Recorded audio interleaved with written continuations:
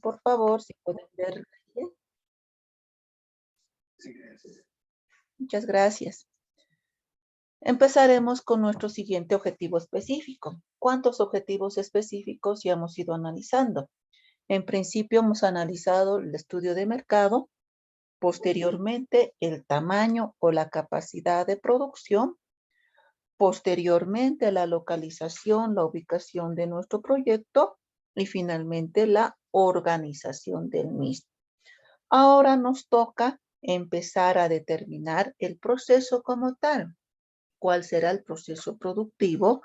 ¿Cuál será la capacidad unida al proceso productivo? Y esto lo observamos, lo analizaremos en este capítulo de ingeniería del proyecto. Para poder empezar, debiéramos hacer una descripción del proceso productivo. Y para poder empezar a describir nuestro proceso productivo, lo primero que debiéramos realizar es definir qué será un proceso.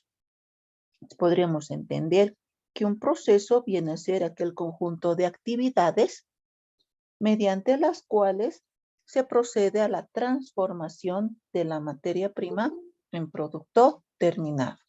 Materia prima en producto terminado. El proceso productivo como tal, y considerando las características de nuestro producto, deberá tomar en cuenta además el mercado, en qué sentido, el diseño del producto, qué es lo que requiere mi demanda, qué es lo que requiere mi cliente, ¿para qué?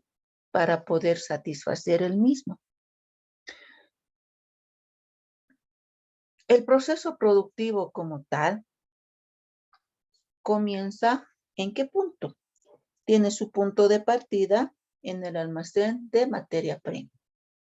Una vez iniciada en el almacén de materia prima, pasa por distintas actividades.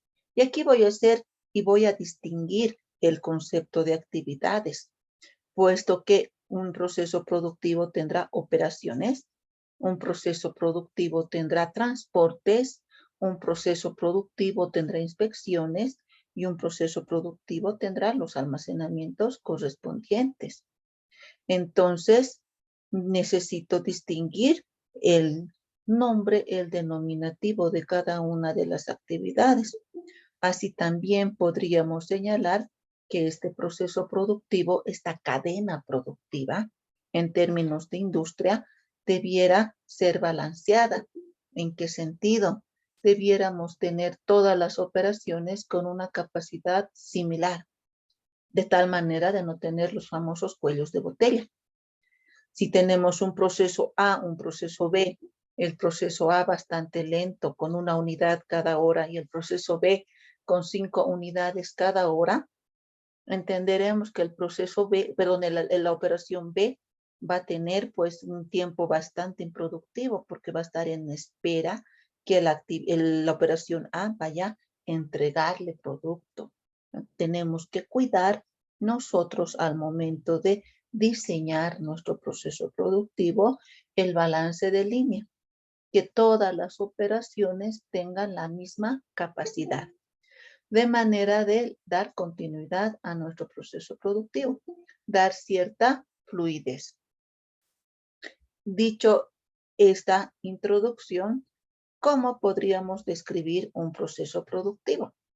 Vamos a describir un proceso productivo asemejando o haciendo referencia a una receta, ¿sí? A una receta. ¿Qué es lo que nosotros observamos en una receta? Cualquier receta que habríamos visto. En principio observaremos que esta receta delimitan para una determinada cantidad de personas. Qué sé yo, un plato, la elaboración de un determinado plato de comida para 6 porciones, para 6 personas. O la elaboración de pancito para una determinada cantidad. Siempre en una receta lo primero que se establece es la cantidad que vamos a poder obtener de la misma.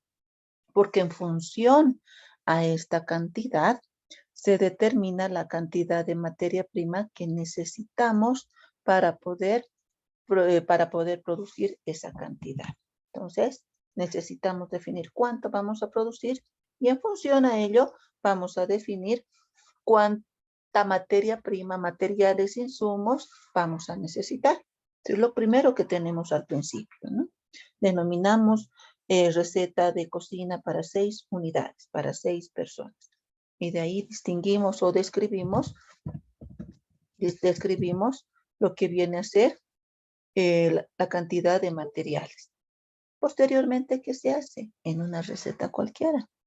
Se describe qué es lo que se va a hacer. Vierta en un bol de capacidad el azúcar, la harina, la sal, la leche, qué sé yo. Empezamos a describir cada una de las actividades en el orden de su aparición. Un proceso productivo es totalmente sistemático, ordenado. No vamos a poder saltar alguna operación. Y al mismo tiempo que estamos describiendo el proceso productivo, cada una de las actividades, también describimos la maquinaria. Vayamos a tener mucho cuidado con ello. Si estuviésemos haciendo pancito, horneé a una temperatura de, entonces ya estamos identificando qué tipo de maquinaria necesitamos. Entonces, en esta descripción, ¿qué tenemos que hacer en nuestro proyecto? Describir todas las actividades, la cantidad que se obtiene de este proceso productivo y además la maquinaria necesaria para cada una de las operaciones. Si es que necesitamos maquinaria o si es que es manual, también deberemos explicar, deberemos describir qué es lo que necesitamos para poder elaborar nuestro producto terminado. Ahora, primero, lo que vamos a hacer es eso, la descripción en prosa, a modo de contar. Posteriormente, vamos a describir nuestro proceso productivo haciendo uso de diagramas, haciendo uso de dibujos, ¿sí? Entre estos diagramas, los más recomendados, toda vez que estamos hablando de producción, vienen a ser los cursogramas. Los cursogramas de proceso no son más que una gráfica para poder describir cada una de las actividades que se viene a desarrollar en conjunto en el proceso productivo. En tal sentido, siendo una gráfica, una gráfica representativa de todo el proceso productivo, hace uso de símbolos. ¿Sí? Estos símbolos, ¿cuáles son? Y por eso la de limitación y diferenciación que tengo que hacer con cada palabra. El redondo significará la operación. ¿Qué incluye o qué refiere la operación? Principalmente transformación. Transformación, y en el caso de una empresa de ensamble, esa modificación de la esencia inicial de nuestra materia prima. Va a haber una transformación, va a haber una modificación. Y en el caso del ensamble, pues habrá una modificación, adición de una parte. Eso viene a ser la operación. Quizá la actividad más, la clave, porque en esta operación es en la que se agrega valor a nuestro producto. ¿Sí? Se agrega valor principalmente. Al momento de transformar, lo que estamos haciendo es agregar valor. Un segundo símbolo que tenemos es la inspección, que entendemos como inspección la verificación de las cantidades, verificación de alguna característica, verificación de la longitud, verificación de que no tenga hilos, por ejemplo, una determinada camisa. Posteriormente tenemos el transporte, que se identifica con una flecha. En el transporte, principalmente lo que se realiza es el traslado, el recorrer una determinada distancia. No implica en ningún momento alguna transformación en nuestra materia prima, para nada, sino el recorrer una determinada distancia. Posteriormente tenemos la D, que refiere la espera. Sí, la espera. No debiéramos tener en un proyecto que está iniciando. ¿sí? No deberíamos tener esta espera en un proyecto que está iniciando. Pero es necesario considerarlo o conocerlo, porque a futuro, cuando iniciemos con un proyecto, iniciemos con un emprendimiento, con una empresa, en un futuro próximo, pues vamos a seguir elaborando estos cursogramas a modo de identificar precisamente estas esperas y eliminarlas. El triángulo invertido significa el almacenamiento. Vamos a reconocer en nuestro proceso productivo dos tipos de almacenamiento. Un almacenamiento de materia prima y un almacenamiento de producto terminado. Dos almacenamientos, nada más. También en determinados procesos podríamos tener operaciones combinadas. Como en el ejemplo, tengo una operación combinada que es inspección y operación. Un cuadrado y un círculo a la vez. Una de estas operaciones combinadas clásicas viene a ser el pesado. ¿Por qué?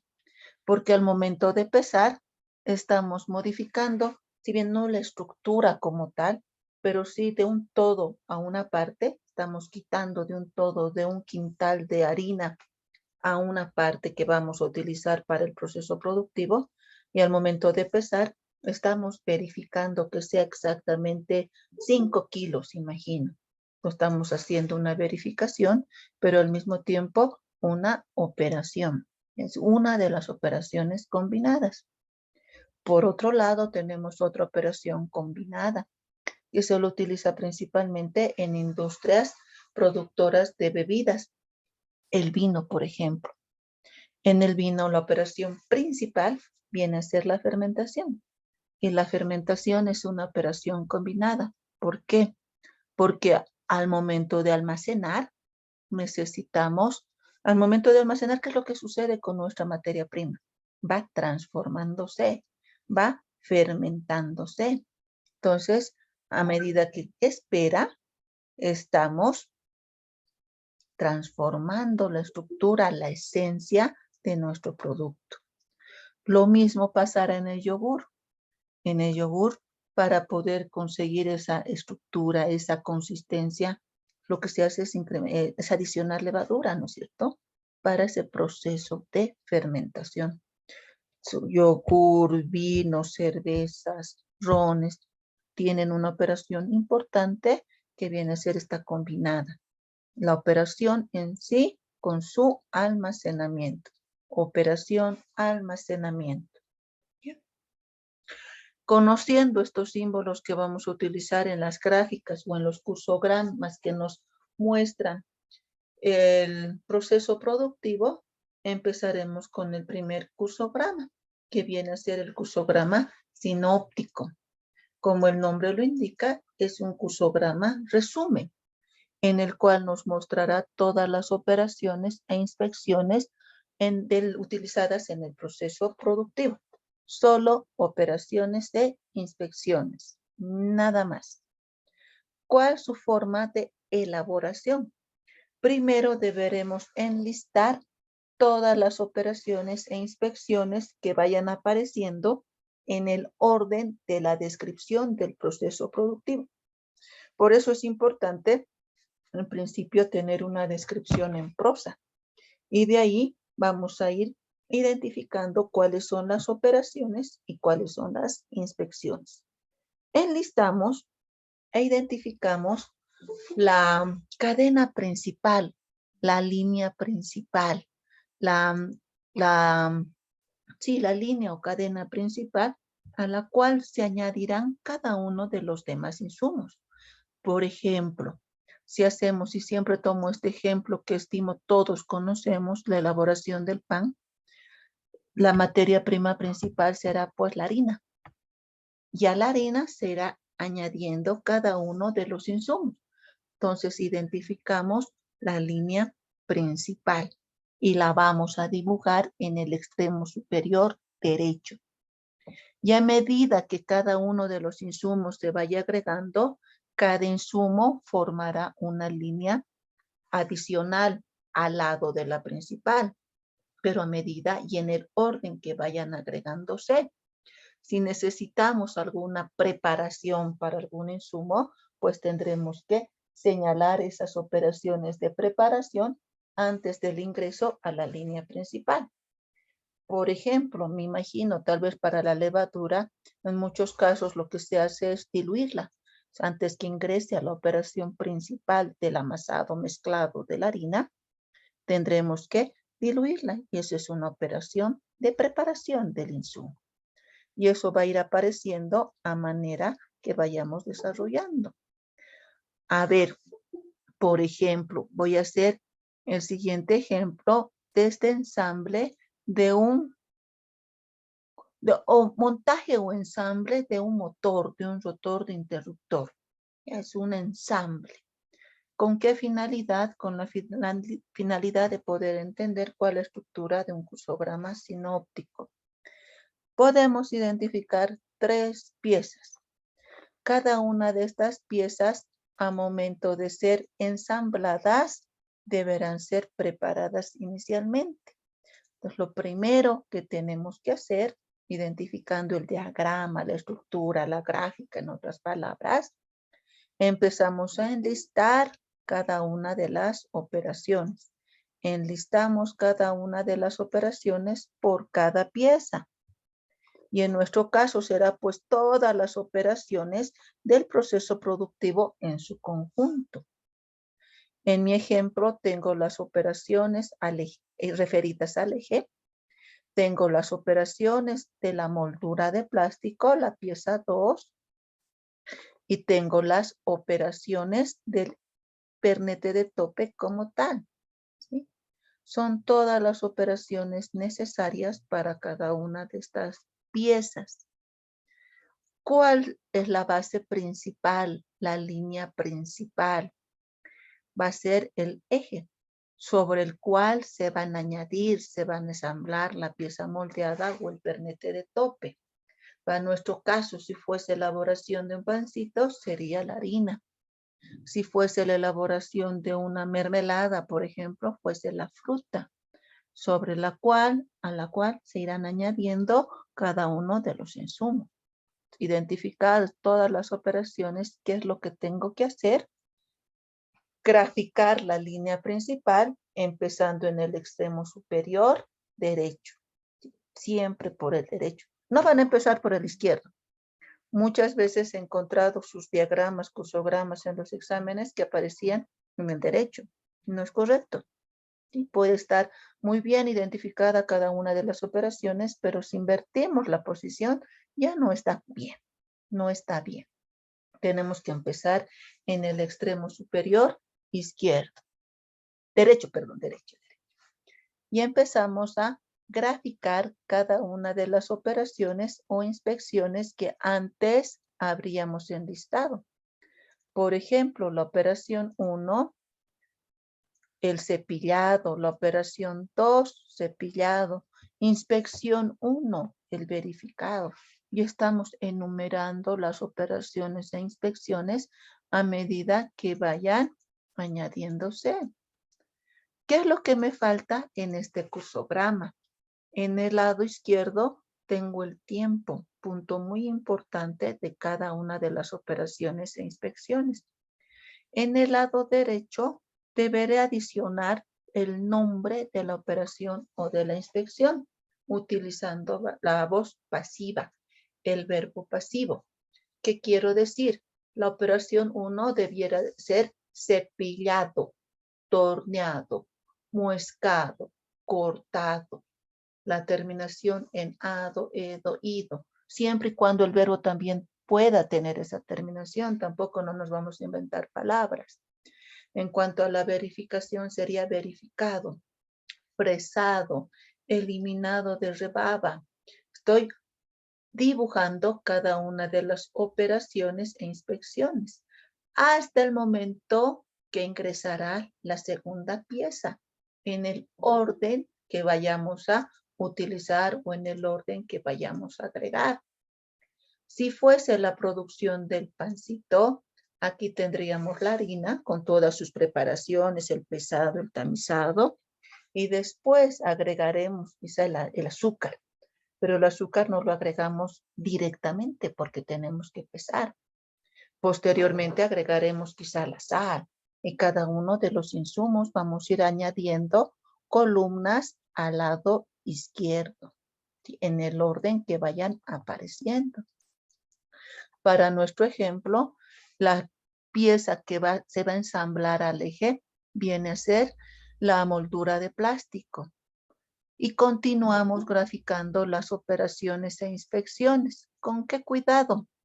Con el cuidado de que la enumeración sea continua, posterior, después de lo que ya hemos graficado en el eje. Operación 7, operación 8, las inspecciones de la misma forma. Estamos añadiendo, enumerando tanto inspecciones como operaciones necesarias. No olvidemos, en el lado izquierdo del símbolo estará el tiempo y en el lado derecho debería estar el nombre.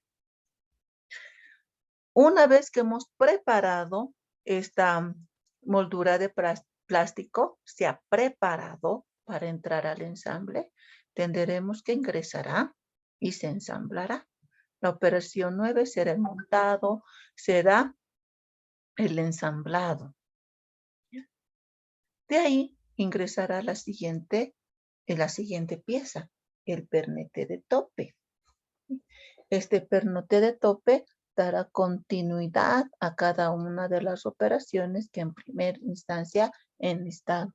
Si requieren una preparación adicional antes de formar parte de la línea principal. Entonces necesitamos enlistar operaciones e inspecciones solamente para que posteriormente y de esta forma vayamos añadiendo a la línea principal. Ahora, errores que quizá no lo consideraríamos relevantes, pero sí son relevantes. Muchas veces me han presentado con esta línea al medio del redondo, pero igual se está representando que está uniendo. No. El diagrama, el cursograma, el dibujo como tal, tiene sus características. El hecho que vaya invertido, el hecho que vaya al centro, pues restará pues la estructura como tal del cursograma.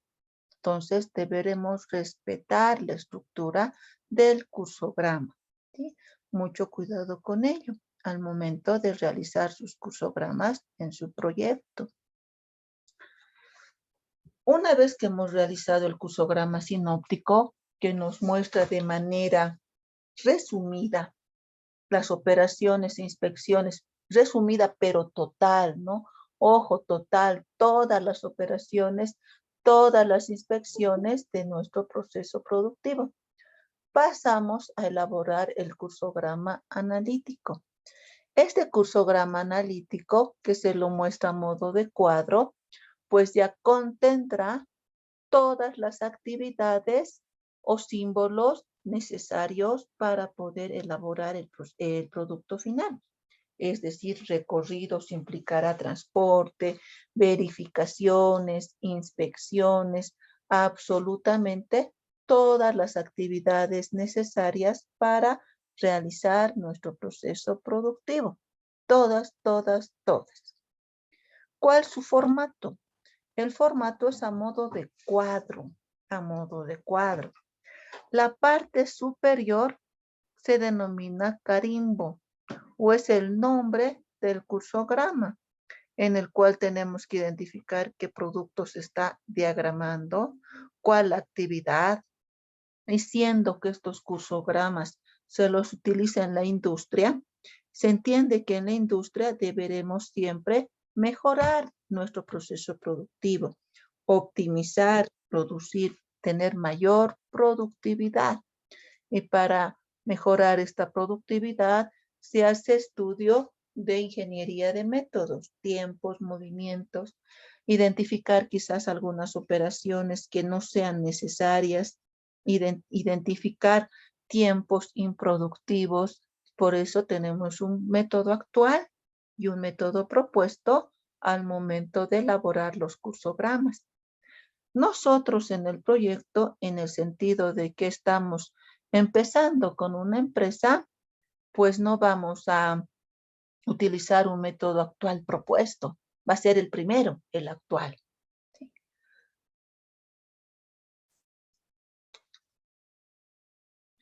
Por otro lado, identificamos cuál será el operario, cuál será la fecha de elaboración, puesto que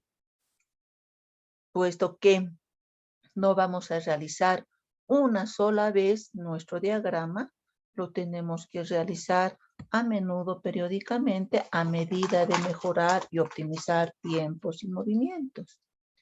Por el otro lado, en la cabecera, identificamos todas las actividades que contiene el proceso productivo, como operaciones, inspecciones, espera, transporte, almacenamiento, distancias totales que se vayan a recorrer en el proceso productivo, el tiempo, el costo, la mano de obra, el material. Y un resumen que, como les digo, nos sirve para comparar un método actual con un método propuesto. Pero en nuestro caso, vamos a tener solamente el método actual. Posteriormente, después del carimbo, después de la identificación de nuestro cursograma, vamos a realizar la siguiente estructura. La primera columna referirá a la descripción, todas las actividades de nuestro proceso productivo, que incluye todas estas actividades de nuestro proceso productivo. Incluirá y partirá necesariamente del almacén de materia prima, necesariamente. Y terminará también en el almacén de producto terminado, inicio, fin. Después anotamos cantidad, distancia y tiempo. ¿En qué sentido? Necesitamos identificar qué cantidad está ingresando al proceso productivo, qué cantidad se está produciendo en el proceso productivo, cuántos metros estará recorriendo y cuánto tiempo estará insumiendo cada una de las actividades. Si analizamos estas actividades, las operaciones implican tiempo y cantidad, porque añadimos materia prima, modificamos, implican tiempo y cantidad. La inspección solo refiere tiempo, no distancia, no cantidad. La espera, de la misma forma, solo implica tiempo, que como les dije, en nuestro caso no vamos a tenerlo. En un futuro, si tomamos la decisión de utilizar este proyecto para algo propio, lo vamos a tener. Transporte implicará distancia y tiempo, pero no cantidad. Y el almacenamiento es un punto de partida y punto final, únicamente. Punto de partida y punto final. Después, anotamos todas las actividades y los símbolos de cada una de las actividades por columna. Y finalmente, en la última columna, las observaciones. A modo de ejemplo, tengo un cursograma analítico propuesto de la elaboración de etiquetas industriales cuyas actividades refieren el cortado, desengrasado, imprimir, secar, por ejemplo, el imprimir, imprimido, no vamos a decir, ¿no es cierto? Impresión será. Imprimir, secar, planchar, inspeccionar. ¿Cómo empezamos? Del almacén de producto, de materia prima, perdón. Punto. No tiene cantidad, no tiene distancia, no tiene tiempo. Es un punto de partida. Y ahí empezamos a anotar toda la descripción a detalle de nuestro proceso productivo. ¿A qué me refiero a detalle? Si transportamos, anotaremos transportamos, inspeccionamos, inspeccionamos, operación, inspección, transporte, todo el recorrido que vayamos a realizar para la elaboración de nuestro producto. Identificada la actividad, si es transporte, pondremos un símbolo, sea un punto, un asterisco, un checklist, por debajo del símbolo que corresponde. Anotamos en la columna por debajo del símbolo que corresponde. Corte será una operación, Desengrasado será una operación. En observaciones podríamos poner alguna aclaración adicional en cuanto a esa actividad. Vamos describiendo todas las actividades, empezando del almacén de materia prima, terminando en el almacén de producto terminado. Y al final unimos todos nuestros puntos, todos nuestros asteriscos, todos nuestros checklists que podríamos realizar. Entonces son los dos cursogramas que vamos a utilizar para nuestro proyecto. ¿Hasta aquí estamos bien?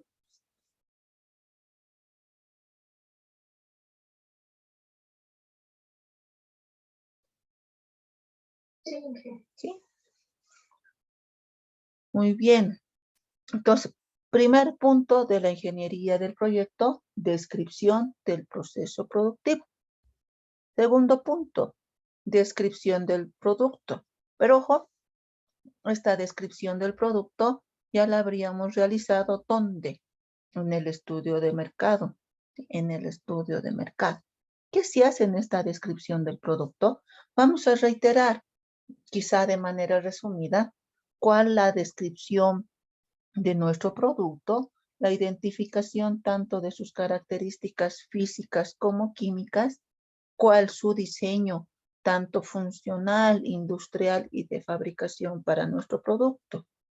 Si lo hemos hecho en el estudio de mercado, podríamos hacer una referencia, ¿no? Este punto de producto ha sido diseñado, elaborado, ideado en el capítulo estudio de mercado, acá pide tanto, pero no está de más recordar qué es lo que se debe hacer al momento de realizar la descripción de nuestro producto. No olvidemos, tenemos una norma ISO que contiene la descripción de varios productos. Entonces ahí podríamos recurrir a esa norma a manera de saber cómo definir un yogur, cómo definir una leche, cómo definir una mermelada, cómo definir un tipo de servicio. Quizá el servicio es un poquito más peculiar, pero no quiere decir que todo lo que estamos llevando no sea aplicado a un servicio. ¿Sí? Se puede aplicar a un servicio. Entre las características físicas y que podríamos citar, vienen a ser el envase principalmente, lo que les decía y a modo de recordatorio en un estudio de mercado, les señalaba que debiéramos nosotros diseñar el envase, diseñar el dibujo, valga el término, el logo de nuestro producto, a manera de poder tener esa estrategia de marketing que vaya a venderse por sí solo nuestro producto. Muchas veces por lo llamativo del envase compramos un determinado bien.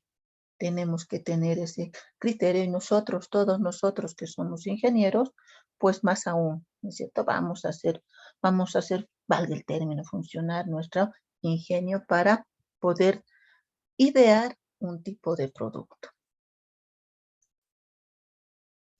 Posteriormente, deberemos describir la maquinaria, pero más allá de la maquinaria, lo que deberemos describir vienen a ser todos los activos fijos de la empresa. ¿Ya? No nos vamos a limitar a la maquinaria única y exclusivamente, sino a todos los activos fijos de la empresa. Es decir, muebles, es decir, vehículos, es decir, equipos de computación, otros equipos, terrenos, si es que fuésemos a comprar terrenos, las instalaciones, las edificaciones, todos, absolutamente todos los activos fijos de nuestro proyecto que necesitamos utilizar, no únicamente para el montaje de la planta como tal, sino de la parte administrativa, porque la planta por sí sola no va a funcionar. Requiere de una planta, de un lugar administrativo, ambos en su conjunto, toda la empresa en su conjunto. ¿Cómo deberemos identificar todas las características importantes de nuestra maquinaria? Pues en nuestra primera etapa de prefactibilidad vamos a recurrir a las famosas proformas. Necesitamos elaborar proformas a fin de saber qué tipo de maquinaria o equipo o activo fijo, mesas, muebles vamos a requerir. ¿Y por qué? ¿Por qué en esta proforma? ¿Qué nosotros encontramos, visualizamos en la proforma? Modo solo de ejemplo. Mucho cuidado con manejar única y exclusivamente Internet, porque hay ciertos elementos que tenemos que distinguir. En este ejemplo de proforma, lo primero que se hace es una descripción de nuestro equipo. ¿En qué consistirá el equipo? En cuanto a los datos técnicos, punto muy importante, nos refiere la marca, el modelo, la potencia, pero la productividad. Esta máquina, un ejemplo que he sacado una proforma, tiene una productividad o capacidad de 3.600 kilos por hora. ¿En qué me fijo? Me presentan una proforma de este tipo y me establecen un tamaño anual de la planta de 5.000 kilos. Estoy instalando 5.000 kilos anuales como capacidad de producción y comprando máquinas de 3.600 kilos por hora. Totalmente incoherente, ¿no es cierto? Totalmente incoherente. Entonces, mucho cuidado con utilizar proformas, con utilizar trabajos pasados, se identifican los errores, se identifica fácilmente los errores. Mucho cuidado con él. Los costos de funcionamiento, punto muy importante, pero ¿en qué momento vamos a utilizar estos costos de funcionamiento? Como el nombre lo indica, está funcionando. ¿Y en qué momento funciona? Funcionará pues al momento de operar, a partir del año 1. A partir del año 1 vamos a tener costos de funcionamiento. En función al costo de electricidad, en función a la mano de obra. De ahí ya podríamos ir extrayendo qué cantidad de personas o mano de obra directa necesitamos para nuestro proceso productivo.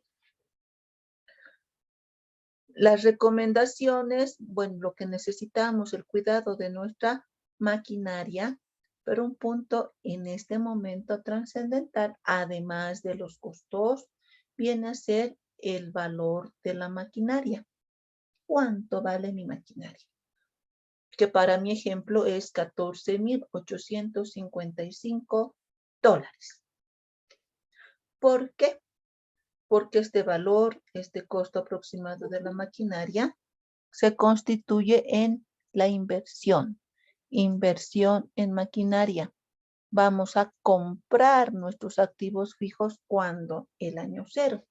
Entonces, el año 0 estamos invirtiendo. ¿Sí? No es gasto, no es una salida totalmente salida. Cuando compramos cualquier equipo, nos compramos un celular, nos compramos una computadora, una impresora, estamos comprando patrimonio, ¿sí? Con el cual nosotros podemos generar ingreso. Lo mismo con todos nuestros activos fijos, es nuestro patrimonio. Ahora nos dicen, ¿no? ¿Cuál es tu patrimonio? Ah, mi patrimonio será mi máquina con mi impresora y mi celular. Entonces tenemos nuestro patrimonio con el cual vamos a generar ingresos. ¿Y por qué será importante además? A manera de unir la parte impositiva, necesitamos unir la parte impositiva con la parte de elaboración de proyectos. Identificamos que todos nuestros activos fijos pierden su valor por el tiempo. Van a perder su valor por el tiempo, ¿sí? Es decir, si yo compro ahora un vehículo, abril 2022, un vehículo, por más de casa, $10,000, por más que no lo use, lo mantenga intacto en el garaje, en abril 2023 ya no va a valer $10,000, perdón, $10,000. Pero si no lo he usado, no vale. Se deprecia, pierde su valor, disminuye su valor por el tiempo, ¿sí? A medida que el tiempo pasa, todos los activos fijos, salvo el terreno se valoriza, no se deprecia. todos los activos fijos restantes sí se deprecian a causa del tiempo. Y esto es importante considerar porque esa tasa de depreciación ya está establecido por norma, ya está establecido por ley con fines impositivos, donde en el Decreto Supremo 24051, en el cual nos describe, yo ya se los puse a la tablita, en presencial, esto era práctica, yo ya se los he puesto en la guía, donde tenemos todos los activos fijos, su coeficiente o porcentaje de depreciación y sus años de vida útil. ¿Qué significa sus años de vida útil? Los años contables en los cuales este activo fijo tiene un valor también contable.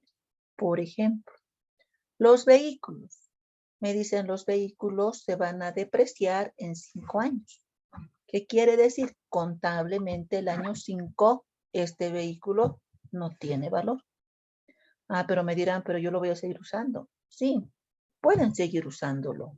En muchos casos hacen un revalúo técnico, pero por fines impositivos no tiene valor. ¿Sí? No puede tener valor porque sobre ese valor se calcula la depreciación. Y la depreciación es una disminución del valor del activo fijo considerado gasto, no monetario, pero gasto en sí, para el cálculo de las utilidades. No olvidemos, las utilidades, ¿cómo calculamos las utilidades? Las utilidades es igual al ingreso menos costos y gastos. Si tenemos más gastos, menos utilidades. Y esta depreciación va a ir a formar parte de los gastos. No monetarios, sí, pero gastos por fines impositivos. Si tenemos más depreciación, menos utilidades. Es la razón principal por la que impuestos, la normativa en su conjunto, al momento que se deprecia un equipo, una maquinaria, un activo fijo, no permite revalúo. Permite, podemos hacerlo, pero no podemos utilizar la depreciación ya de un artículo, de un activo que haya sufrido un revalúo técnico. ¿Cómo calculamos la depreciación? Tenemos dos métodos. Vamos a aprender el día de hoy el primer método, que viene a ser la depreciación lineal. ¿Cuál es su fórmula? La depreciación anual que vamos a calcular, esta pérdida de valor del activo, será igual al valor original del activo menos su valor residual entre los años de vida útil. ¿Qué entendemos? Valor original, el valor de compra. ¿Cuánto estoy comprando mi activo fijo, mi maquinaria, mi equipo, mi vehículo? Valor residual. Contablemente podríamos tener, de acuerdo a la característica del bien, un valor distinto de cero que vaya a tener este activo al terminar sus años de vida útil. ¿Sí? No es usual, pero podríamos en algún momento considerar, solamente a modo de ejercicio. Para nuestro proyecto va a ser 0, ¿sí? Va a ser 0, pero a modo de ejercicio sí podríamos considerar un valor residual. Y N, no nos olvidemos esa cantidad de años que este activo permanece vigente. Eso se establece conforme a normativa. O también podríamos expresar mediante la multiplicación de la tasa de depreciación por la diferencia del valor original menos el valor residual. Veamos un ejemplo. Tengo una maquinaria cualquiera cuyo valor original es 520,000 bolivianos y a modo de ejemplo solamente un valor residual de 1,000. Maquinaria. Si buscamos en mi tabla, maquinaria en general tiene 8 años de vida útil. 8 años de vida útil. Reemplazo valores en la fórmula de la depreciación anual. 520,000 menos 1,000 dividido entre 8, 64,875. Es el valor que va a ir disminuyendo mi maquinaria por el tiempo. Es el valor que disminuye, que pierde solamente a través del tiempo. ¿Ya? Y necesariamente, contablemente, sí o sí se deberá considerar. Una vez que he calculado esta depreciación anual, me voy a armar el siguiente cuadro. En la primera columna tengo el año. ¿Por qué anoto primero 0, 1, 2, 3, 4, 5, 6, 7, 8? Porque son los 8 años de vida útil de mi activo. ¿Por qué empiezo del año 0? Porque el año 0 será el momento en el que yo voy a comprar mi activo fijo. ¿Qué años representarán? Si estoy en el año 2022, había asumido que este año será mi año de inversión, mi año 0. Y a partir del año 2023, siguientes serán mis años de operación. ¿Ya? Antes de explicar esto, siguientes hasta el 2030, esta maquinaria tendrá un valor contable, se deprecia hasta el año 2030. Este método lineal de depreciación nos indica que la depreciación anual es igual y constante todos los años. Voy a copiar el mismo valor todos los años. La depreciación acumulada, como el nombre lo indica, voy a ir acumulando el valor de las depreciaciones.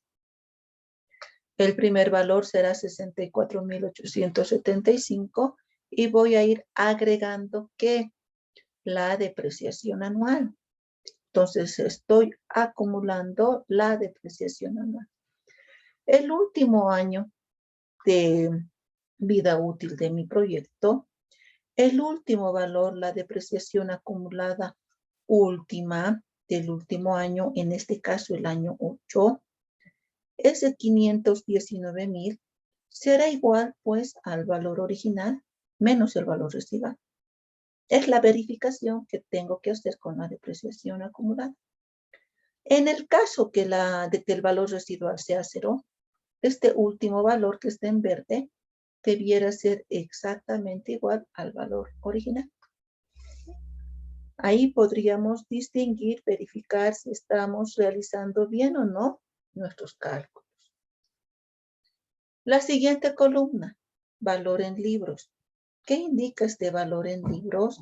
Indica cuánto vale mi activo fijo contablemente en un tiempo determinado. ¿Cómo lo calculo? En el año 0, ¿cuánto vale mi activo? Lo estoy comprando. ¿Cuánto vale? 520,000. Lo estoy comprando. Pero a través del tiempo, este valor original pierde su valor, valga la redundancia, en cuanto en su depreciación anual. Entonces, voy a ir restando cada año su depreciación anual para calcular el valor en libros de mi activo fijo. Cada año, miren, estoy restando ¿qué? La depreciación anual, no la acumulada, la depreciación anual, porque la depreciación anual es ese valor que se pierde del activo a través del tiempo, única y exclusivamente por el tiempo. ¿Cuánto esta máquina perderá de valor? 64,875 bolivianos solo por el tiempo, nada más. Y el resultado es el valor en libros. En un momento me preguntan, el año 3, ¿cuánto vale tu maquinaria? Contablemente mi maquinaria vale 325,375. ¿Para qué nos sirven estos valores? Para nuestro proyecto vamos a utilizar la información dentro del alcance temporal. Es decir, ¿cuál será mi alcance temporal desde el año 0 hasta el año 6? En este alcance temporal debo considerar sus depreciaciones anuales. Después vamos a ver cómo vamos a ir utilizando esta información que estamos calculando en estos capítulos y van a servir de base para capítulos futuros. Y el año 6, ¿cuánto valdrá mi maquinaria? Mi maquinaria valdrá 130,750. Hasta aquí. ¿Estamos bien? ¿Alguna duda? Consulta quizá.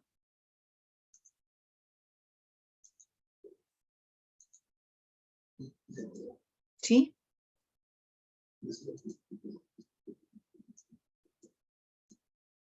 Sí.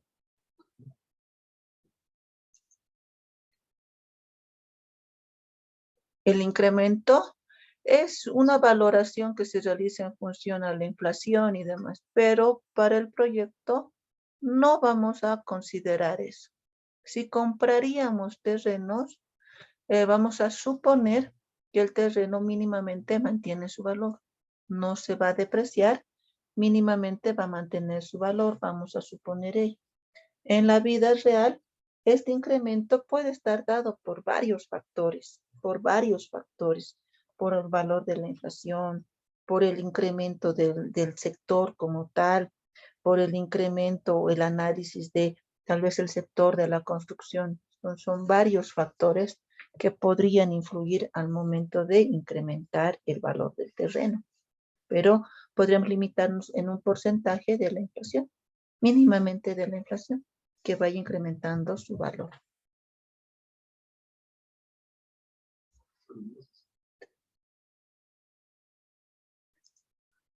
¿Alguna otra consulta quizá?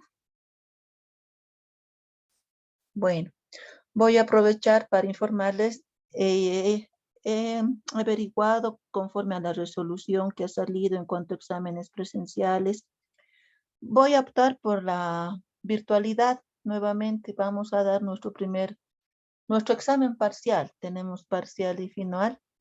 Vamos a aprovechar esas partes de la resolución para poderlo dar virtual, pero para poderlo dar virtual me señalan que tengo que hacer distintos exámenes, individualizar exámenes. No es tan difícil, creo yo, no es tan difícil elaborarlos, lo difícil es corregirlos, pero voy a ver la forma de poder realizar ello. Por la cantidad que tenemos, hasta el día lunes les voy a confirmar la fecha de examen, que estimo podría ser sábado por la tarde. Pueden, ¿no es cierto? Sábado por la tarde virtual. Creo yo, estimo yo, que nadie va a tener ningún problema en cuanto a choque de horarios y demás. Porque sábado en la universidad no se puede tomar presencial. Lunes o viernes podemos, pero tenemos choques. Entonces vamos a dar virtual, pero ¿con qué condiciones? Todos tienen que prender sus cámaras todo el examen. Voy a controlar matrículas, voy a controlar carnets al momento de ingresar. Tenemos que ingresar puntuales para no perder tiempo para dar el examen. Me tienen que mostrar con su cámara el lugar donde estén realizando su examen. Y de preferencia tendría que ser solitos, que estén solitos, de preferencia, porque vamos a grabar para tener el respaldo que evidentemente estamos controlando, que no se estén copiando, que es el objetivo de la resolución. Y por otro lado, tengo en este momento en ambos grupos 93 más 19. En los dos tengo como 110 personas en clase.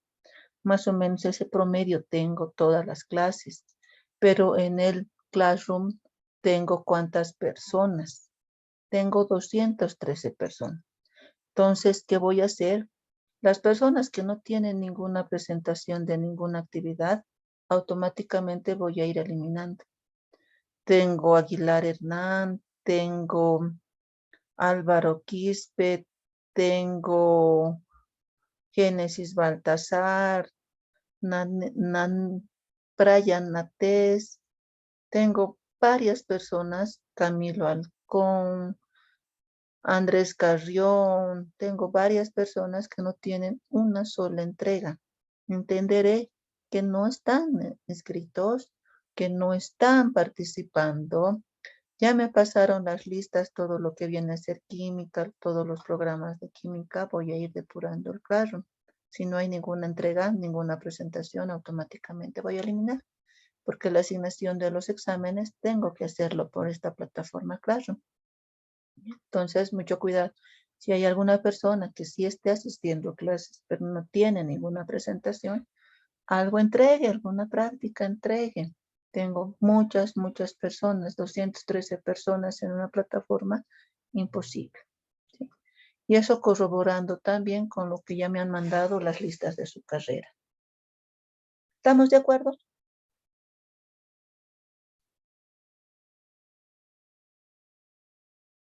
Sí. Listo. ¿Qué temas de examen? Habíamos dicho hasta localización. Hasta localización. Además que tienen que entregarme una clase después del examen, ya han entregado el perfil, su primer avance, que tiene que ser hasta localización. Estudio de mercado, tamaño y localización. ¿Ya? Una clase después del examen, tienen que entregar ese su avance. Y el trabajo final será ya para el examen final. Sí, el examen va a ser por Classroom, pero mucho cuidado con ello, así que traten de encontrar un lugar vacío, que estén solos, tranquilos, y cámaras, necesito grabar, necesito que todos estén con cámaras, con matrículas, con carnets. Necesito controlar eso para poder respaldar. Les confirmo, puede ser el 23 o 30 de abril. Estoy entre estas dos fechas, 23 o 30 de abril. Máximo el 30 va a ser, 23 o 30, no hay más.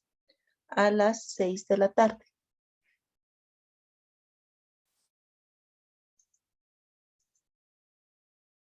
Bueno, quedaremos acá. Vayan a ver si están avanzando su proyecto. Anotemos nuestros apellidos, nombres, carrera, por favor, en el chat de ambas clases. Lunes continuamos, lunes estimo que podríamos lunes, viernes máximo terminar el capítulo de ingeniería del proyecto. No nos falta mucho. Y ya de aquí en adelante, ya es prácticamente un resumen de todos estos capítulos que estamos calculando, teniendo información. De aquí terminamos ingeniería del proyecto y ya es resumen. Ya vamos a concluir absolutamente todo. Bueno, muchachos, muchas gracias por su atención. Anotemos nuestros nombres. Vayamos a prepararnos para nuestro examen. Voy a subir una práctica conjunta hasta localización y nos vemos el día lunes. Gracias a todos. Buenas noches.